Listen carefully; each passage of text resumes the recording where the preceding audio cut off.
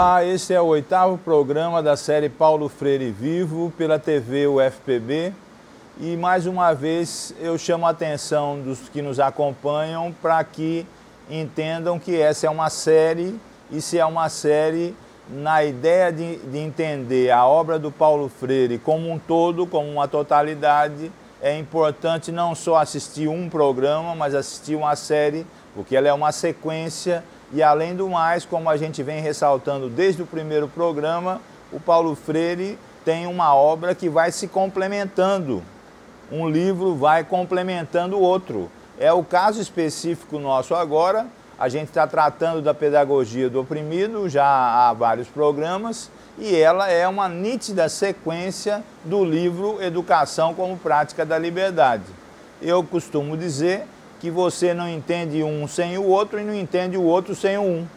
Você não entende direito educação como prática da liberdade se não estudar um pouco a pedagogia do oprimido e vice-versa. Isso é muito importante de recomendar, além de acrescer aquela repetição que eu venho fazendo a todos os programas, da necessidade das pessoas lerem a obra do Paulo Freire, que é uma coisa que a gente vem notando com muita frequência, que muita gente fala sobre o Paulo Freire, mas quando a gente pergunta que obra que você leu do Paulo Freire, ou que obras dentro das dezenas de escritos que ele fez, as pessoas geralmente têm uma leitura parcelada, uma leitura pontual de uma obra ou outra, e isso impede uma visão de totalidade do Paulo Freire. Isso é uma coisa que a gente vem insistindo muito e vale a pena repetir, né? A afirmação resumida é que o Paulo Freire, para ser bem entendido, precisa ser compreendido na sua totalidade, na sua obra como um todo, que é composta de vários livros, vários artigos, conferências, etc.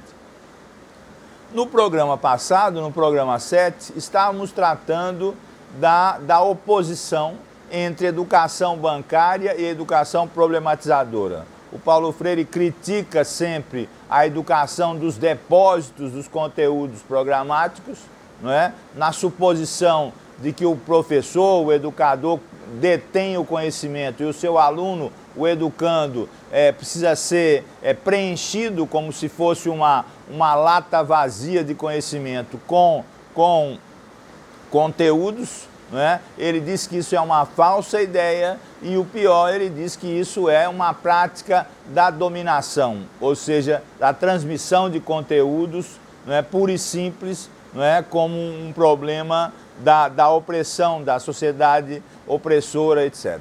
Bom, em oposição a isso, ele propõe a educação problematizadora, a educação que parte da realidade, parte dos fatos, parte da vida dos educandos, parte do seu conhecimento prévio sobre um determinado conteúdo para problematizá-lo e, a partir daí, entender todas as suas nuances, as suas relações, as suas inferências, os seus conceitos, não é? O seu texto como um todo. Isso é muito importante, isso é um conceito fundamental, isso é uma contribuição do legado do Paulo Freire, atualíssima para as nossas escolas e para as práticas educativas que se dão fora da escola também. A educação problematizadora, ou a educação da pergunta, a educação da pesquisa, a educação da investigação e não a educação que pura e simplesmente se fundamenta na transmissão de conteúdos.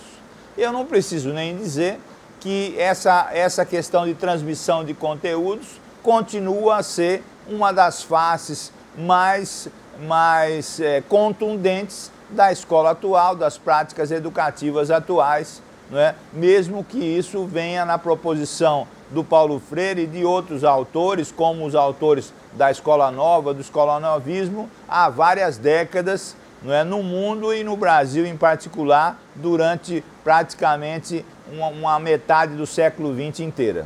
Nesse programa especificamente, nesse programa 8, nós vamos tratar de um assunto absolutamente chave, vocês já sabem, desde o começo da obra do Paulo Freire, que é a questão do diálogo. Para o Paulo Freire, a construção do conhecimento é sempre uma ação dialógica entre educandos e educadores, não é? Mediatizados pelo mundo. Não é? Veja que conceito importante. Para ele, o diálogo é uma relação entre educadores e educandos, não é? Mediatizados pelo mundo e pelas palavras que compõem, que designam esse mundo, não é? Tanto do educador como dos educandos. No capítulo 3 e no capítulo 4 da Pedagogia do Oprimido, ele trata então do que se chama de teoria da ação dialógica.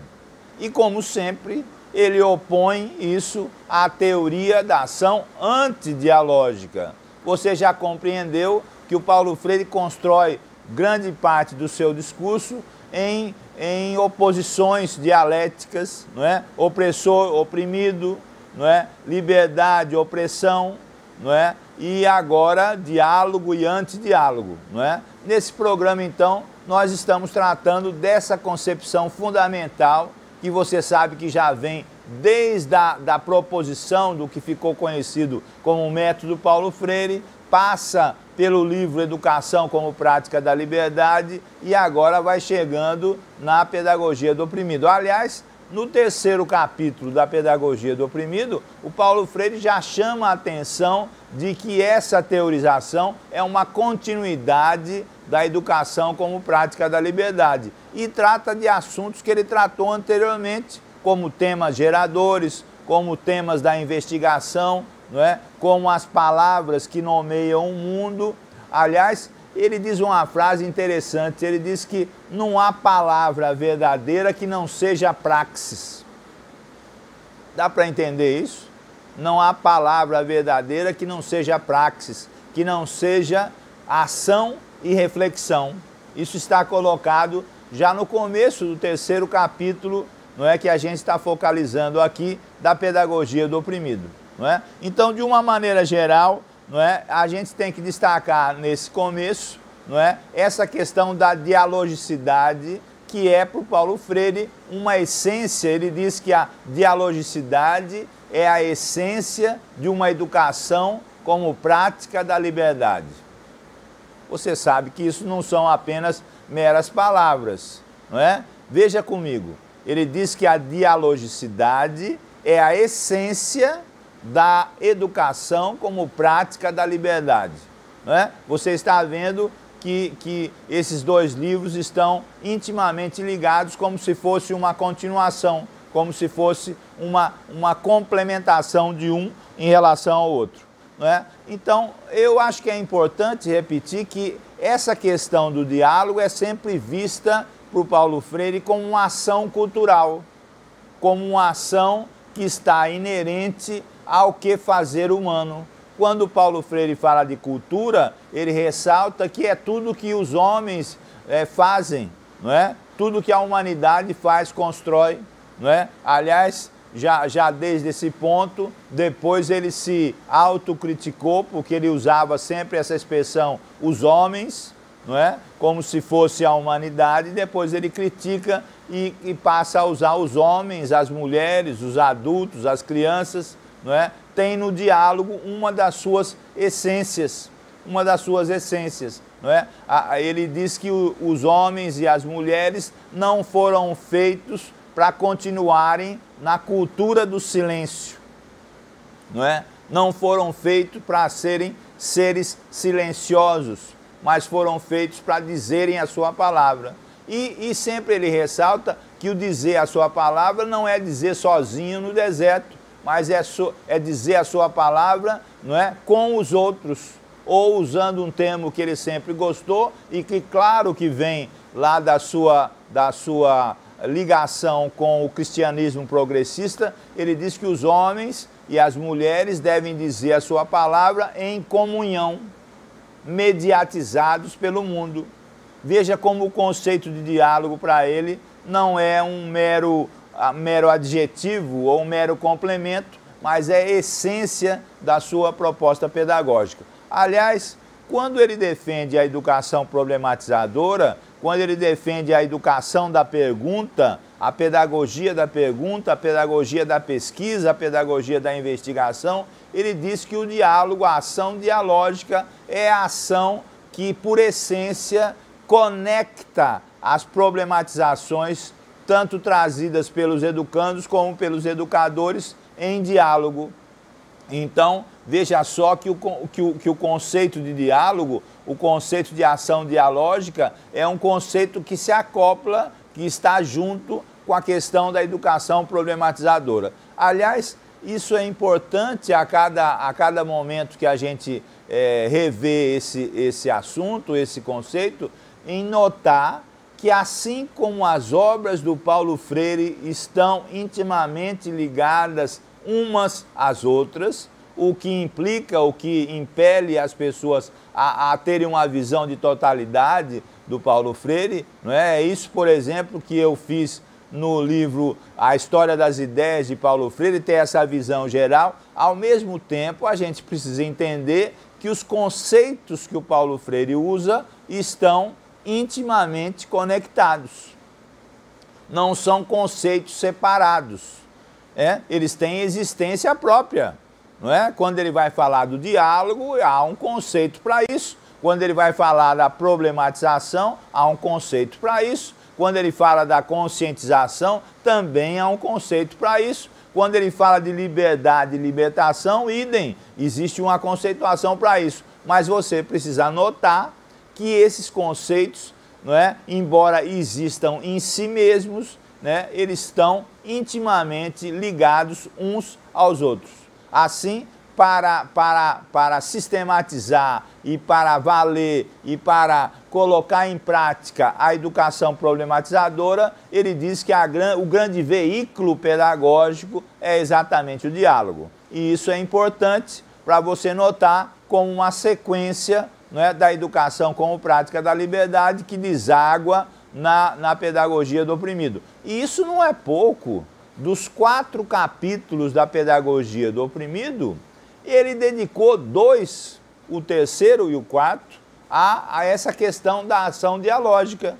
Perceba a importância que ele dá a isso, não é? Se a primeira parte, vamos dizer, da pedagogia do oprimido, 1º e o 2º capítulo, tem como coisa principal, como coisa forte, essa relação entre educação bancária e educação problematizadora, a gente precisa entender que o capítulo 3 e o capítulo 4, ou seja, a metade do livro, é dedicada à questão da dialogicidade e à questão da ação dialógica. Isso é muito importante para a gente entender cada uma das coisas que vem sendo colocadas ao longo desses 8 programas Paulo Freire Vivo aqui pela TV UFPB. É importante isso, não é? Eu quero chamar muita atenção e isso é uma coisa muito prática, não é? Se você perguntar se isso é atual, é claro que isso é atual, pelo menos a meu ver, é bem claro isso, não é? As pessoas, os professores, as professoras,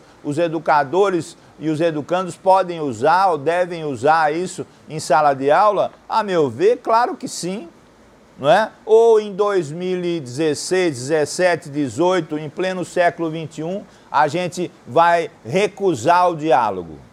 Ou em pleno século da construção do conhecimento, a questão da educação problematizadora ficou para trás? Ao contrário, não é? Ela é absolutamente atual. Então perceba como esses conceitos se entrelaçam, não é? Diálogo, problematização, conscientização, construção do conhecimento. É exatamente isso que a gente vai continuar na segunda parte desse programa 8 que a gente vem construindo junto com você.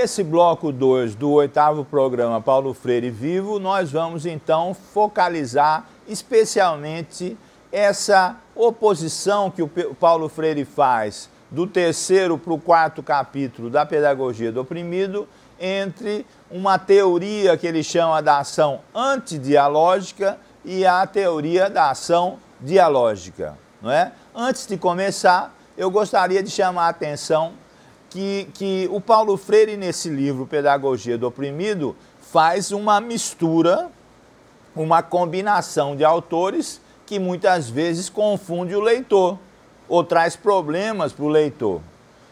Nos 2 primeiros capítulos, eu poderia chamar a atenção sobre o uso das teses de Erich Fromm, de Jean-Paul Sartre, de Jaspers e de outros autores existencialistas, não é? Ou de Husserl, por exemplo, da fenomenologia, não é? Você vai notar que no 3º e no 4º capítulo da Pedagogia do Oprimido, os autores mudam e ele começa a citar autores que naquele tempo da Pedagogia do Oprimido, anos 60, segunda metade dos anos 60 do século XX, não é? Foram autores e foram protagonistas da Revolução Cubana, por exemplo, ou da Revolução Cultural na China.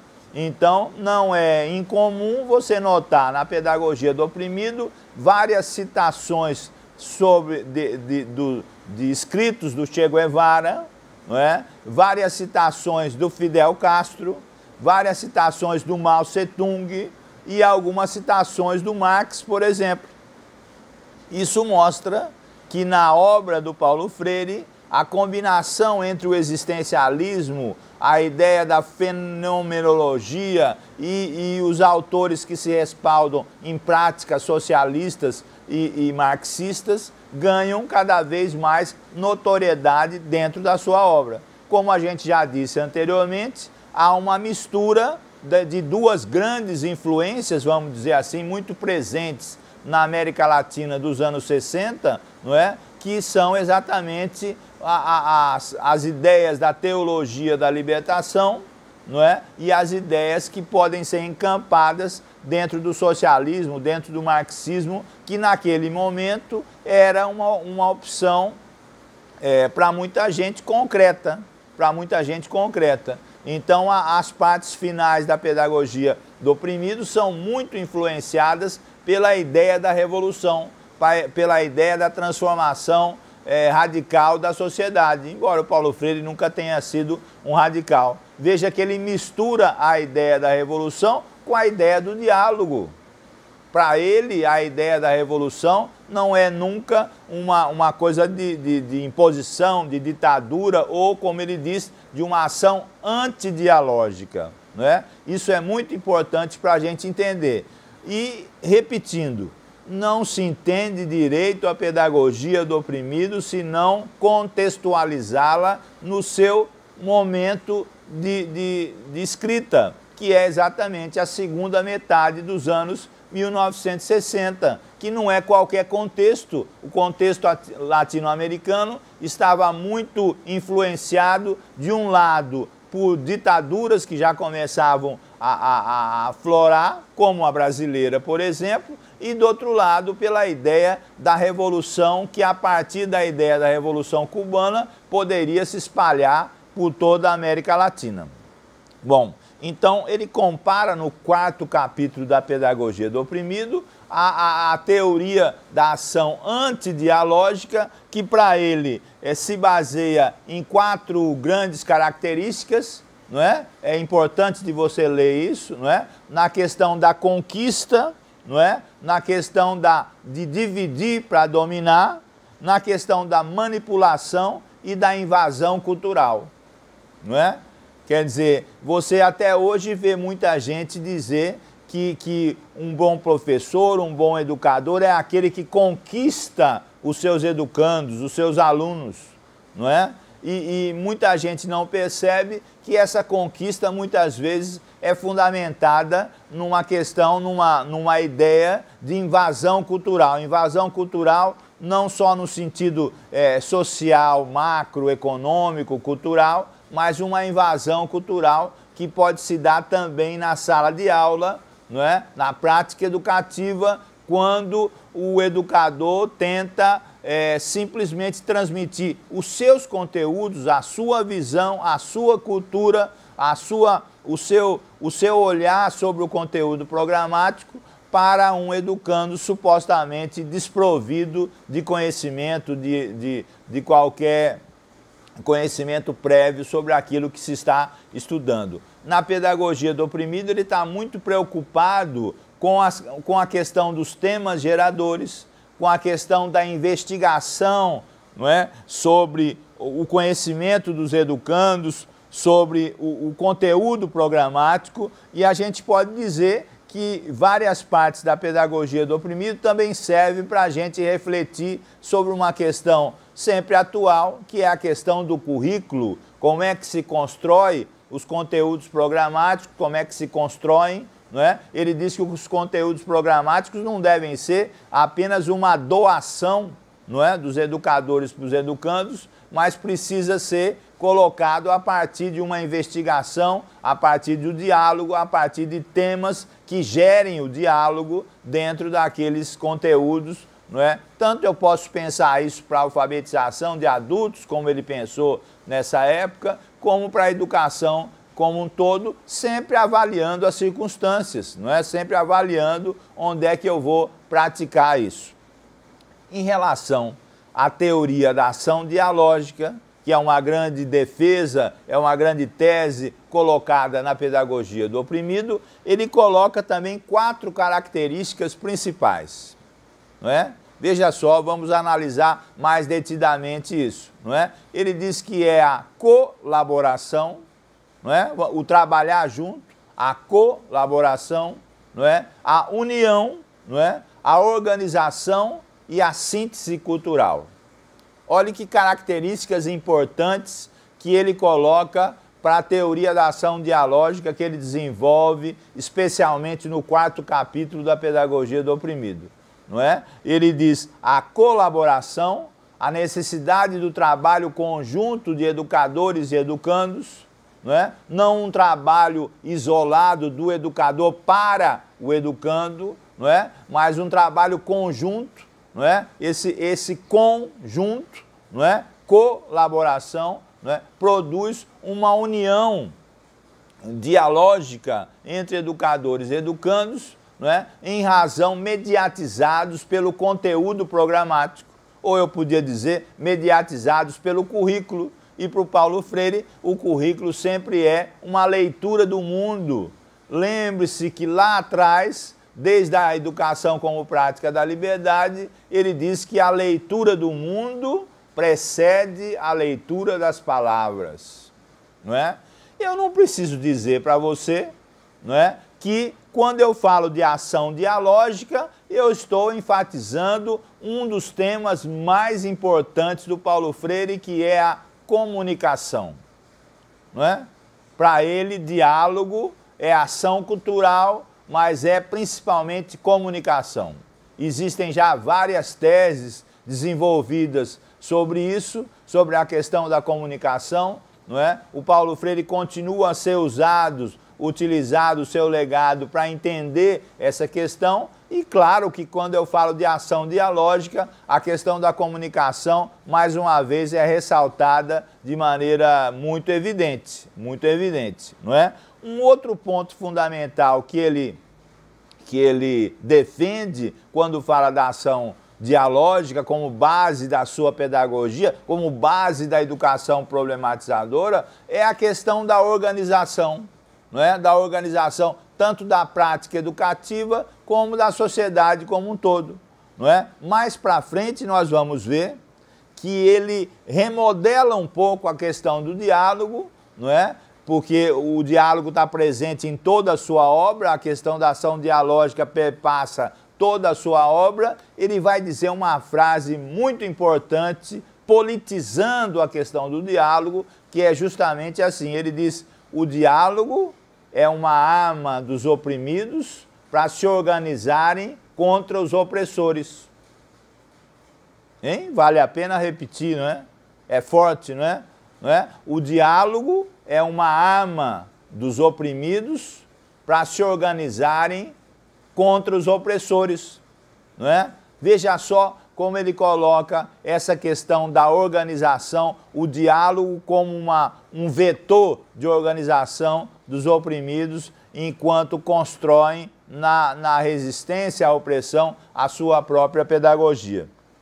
E uma coisa que ele vem tratando desde a educação como prática da liberdade, desde a proposta do que ficou conhecido como método do Paulo Freire, é justamente essa questão da síntese cultural, não é? Contra a invasão cultural da ação antidialógica, ele propõe a síntese cultural. Síntese do quê? De culturas, não é? Que são carregadas pelos educandos e pelos educadores. Síntese das suas palavras, síntese das suas ideias, síntese, em resumo, das suas vidas, não é? Expressas nos conteúdos programáticos, não é? No currículo que é dialogado para ele, que deve ser dialogado entre educadores e educandos.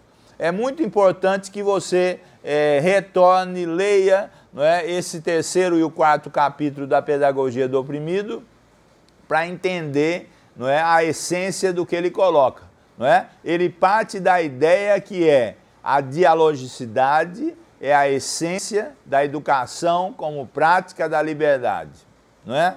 E chega à ideia de que a ação dialógica deve ter características reunidas, não é? Entre elas a colaboração, o trabalho em conjunto, não é? A união dos propósitos entre educadores e educandos, não é? A questão da organização entre eles e principalmente da síntese cultural, não é? Como um grande guarda-chuva, vamos dizer assim, que nele está contido essa questão do diálogo como coisa muito importante. Para finalizar esse 8º programa dessa série, não é? Eu vou pontuar algumas frases tiradas da Pedagogia do Oprimido, não é? Para a gente encerrar esse programa, não é? Uma eu repito, ele diz assim: não há palavra verdadeira que não seja praxis. Outra, não é no silêncio que os homens se fazem, mas na palavra, no trabalho, na ação, reflexão, ou em outras palavras, na ação dialógica. Olha esse. O diálogo é esse encontro amoroso dos homens, mediatizados pelo mundo para pronunciá-lo. Não é? Uma coisa muito importante para os professores, para os educadores: não há diálogo sem humildade. Os educadores que se pensam como únicos detentores do conhecimento, né, que não têm a humildade suficiente para entender que o conhecimento é sempre precário, é sempre incerto, é sempre relativo e precisa ser dialogado, especialmente na nossa época. Nós estamos numa época que continuamos a ver o que se chama de crise de paradigmas. Essa frase do Paulo Freire, lá atrás, há 40, 50 anos atrás, não é como se fosse uma antecipação dos nossos dias. Não há diálogo de conhecimentos se não houver humildade, não é, das pessoas que estão nesse diálogo. E a escuta, o ouvir o outro, a importância, a relevância da participação do outro é fundamental para a gente entender isso. Eu agradeço mais uma vez a sua participação, recomendo mais uma vez a leitura do Paulo Freire e espero que a gente esteja junto no nosso próximo programa.